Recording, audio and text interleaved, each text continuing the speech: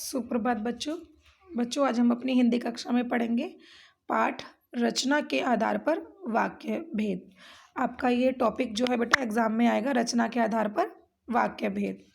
तो सबसे पहले वाक्य क्या होता है? जैसे हमने जाना, मुंह से निकली हुई ध्वनि को एक लिखित रूप दे दिया जाता है जिसको हम वर्ण कहते हैं। वर्णों के समूह से शब्द बनते हैं और शब्दों के समूह से वाक्य बनते हैं। लेकिन कैसा समूह? ऐसा सार्थक शब्द समूह जो व्यवस्थित हो तथा पूरा आशय प्रकट कर सके वाक्य कहलाता है। ठीक है, वाक्य में निम्नलिखित बातें होती हैं। वाक्य की रचना शब्दों पदों के योग से होती है। जैसा कि मैंने बताया, आपने 9th में पढ़ा होगा शब्द और पद, और 10th में भी मैंने पढ़ाया है आपको कि जो वाक्य होता है, वाक्य में जब वो शब्द होते हैं, प्रयोग हो जाते हैं, जो शब्द होते हैं हमारे, जब हम उनको वाक्य में प्रयुक्त कर लेते हैं व्याकरण के नियमों से बांधकर, तब वो शब्द नहीं कहलाते, वो पद कहलाते हैं। तो वाक्य की जो रचना होती है किसके योग से होती है? शब्दों के, पदों के योग से होती है। वाक्य अपने में पूर्ण और स्वतंत्र होते हैं। वाक्य किसी न किसी भाव या विचार को पूर्णतः प्रकट कर पाने में सक्षम होते हैं। वाक्य जो है किसी न किसी भाव को या विचार को प्रकट करने में सक्षम होते हैं। किस प्रकार? जैसे मैंने कहा कि इधर आओ, तो पता चल रहा है ना कि भाई किसी व्यक्ति को इधर आने के लिए कहा जा रहा है। ठीक है, राघव पानी पिला, तो पता चल रहा है कि राघव को पानी पिलाने के लिए कहा जा रहा है। तो अपने आप में कंप्लीट होते हैं ये, और इनका अर्थ होता है।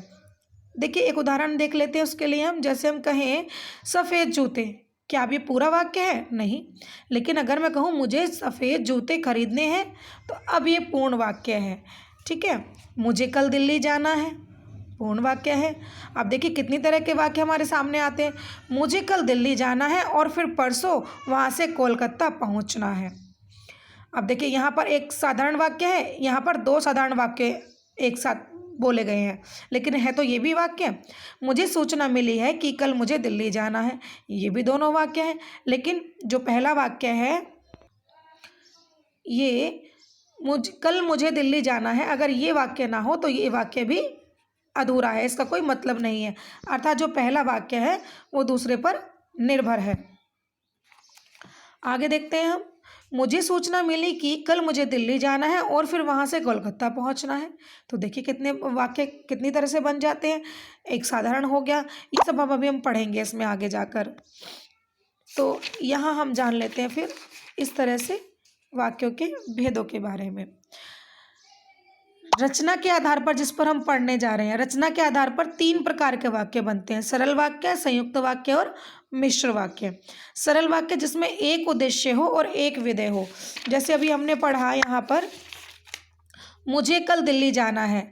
यहाँ पर उद्देश्य कौन होता है? काम को करने वाला। और विधेय, उद्देश्य जो भी काम करता है। काम को करने वाला कौन है? मुझे। और क्या करना है उसको? कल दिल्ली जाना है। तो ये एक साधारण वाक्य हो गया, एक ही बात यहाँ पर कही जा रही है, साधारण सी।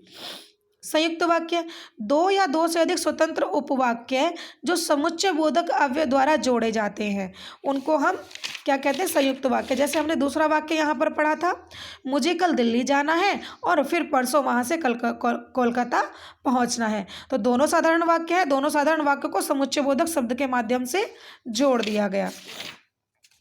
आगे देखते हैं मिश्र वाक्य। इसमें क्या होता है? एक प्रधान वाक्य होता है और अन्य आश्रित वाक्य होते हैं। ठीक है, तो यहाँ पर देख लेते हैं। जैसे हम मिश्र वाक्य का उदाहरण यहाँ पर देख लें। जैसे ही हम घर से बाहर निकले, बारिश होने लगी। ठीक है, और अब यहाँ देखो, हमारे घर से बाहर निकलते ही बारिश होने लगी। ठीक है, ये सरल वाक्य हो गया। हम घर से बाहर निकले और बारिश होने लगी, दोनों को चेंज कर दिया इसने। हम घर से बाहर निकले और बारिश होने लगी, ये कैसा हो गया? संयुक्त वाक्य। हमारे घर से बाहर निकलते ही बारिश होने लगी, सरल वाक्य, एक ही वाक्य हो गया। लेकिन मिश्र वाक्य में देखिए, जैसे ही हम घर से बाहर निकले, बारिश होने लगी। घर से बाहर निकलते ही क्या होने लगा? बारिश। अगर ये पीछे वाला वाक्य ना हो, बारिश होने लगी, तो पहला वाक्य क्या है? अधूरा सा लगता है। जैसे ही हम घर से बाहर निकले, तो हमारे मन में एक प्रश्न चिन्ह रह जाता है कि क्या हुआ जब हम घर से बाहर निकले? जब हम घर से बाहर निकले तो बारिश होने लगी। तो ये आश्रित वाक्य है और ये उपवाक्य है, ये इस पर आश्रित है। चलिए कुछ और उदाहरण देख लेते हैं हम ऐसे ही मिश्र वाक्य के। पिताजी ने माँ से कहा कि वे भी गंगा स्नान को चले। ठीक है। तो पिताजी ने माँ से कहा, अगर हम ये वाला ना हो कि वे भी गंगा स्नान को चले, तो क्या इस इतने वाक्य का कोई मूल्य है? की से पहले वाले का नहीं है। ये है तब ये है, तो ये प्रधान वाक्य और ये उपवाक्य हो गया। ठीक है। अब इनको हम क्या करते हैं, तो हमें पहचानना आना चाहिए सरल वाक्य को। तो सरल वाक्य को आप पहचान लोगे, उसमें सिर्फ एक ही उद्देश्य होता है, एक विधेय होता है। संयुक्त वाक्य, उसमें दो दो सरल वाक्यों को मिलाया जाता है समुच्चय बोधक के माध्यम से। मिश्र वाक्य में एक प्रधान वाक्य होता है और अन्य आश्रित वाक्य होता है।